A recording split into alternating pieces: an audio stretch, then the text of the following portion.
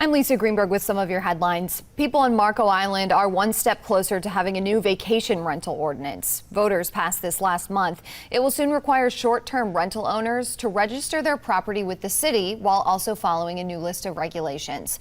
Last night was the first time people got to speak about this at a public meeting. Many of the supporters of the ordinance say they're frustrated. They want the council to approve it as is and not make any changes. But opponents say this will hurt tourism, and they want council members to take their time with changes.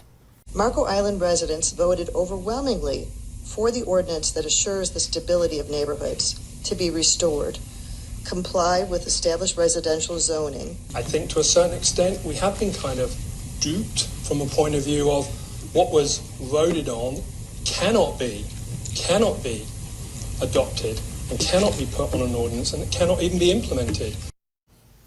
The ordinance also addressed noise complaints, safety inspections, and fines for not following the rules.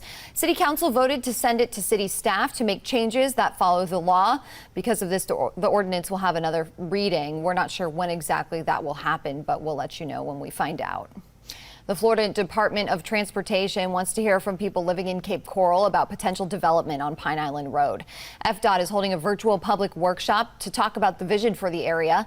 It's happening this Thursday evening from 6 to 7. So you can bring up your own ideas about how you'd like to improve the roadway.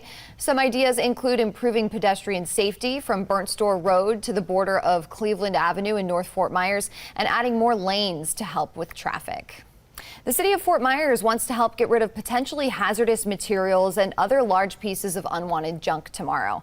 It's when the city will host its disposal event at the Fort Myers Stadium complex on Broadway.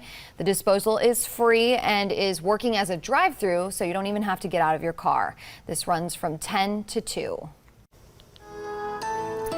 All right, Southwest Florida, it's time to get you a check of the forecast. As we look at this afternoon, we've got more showers, more thunderstorms possible, about a 60% chance to pick one up later on today. That high temperature right around 91. Our average is 90, so we're pretty seasonable when it comes to our temperatures. Overnight tonight, we're going to dip into the mid-70s. A few scattered showers dying out there between sunset and 11. As far as your 7-day forecast, we do see some drier air begin to filter in there Thursday and Friday. I left the icon on there for a shower thunderstorm Thursday, but that rain chance only around 20%.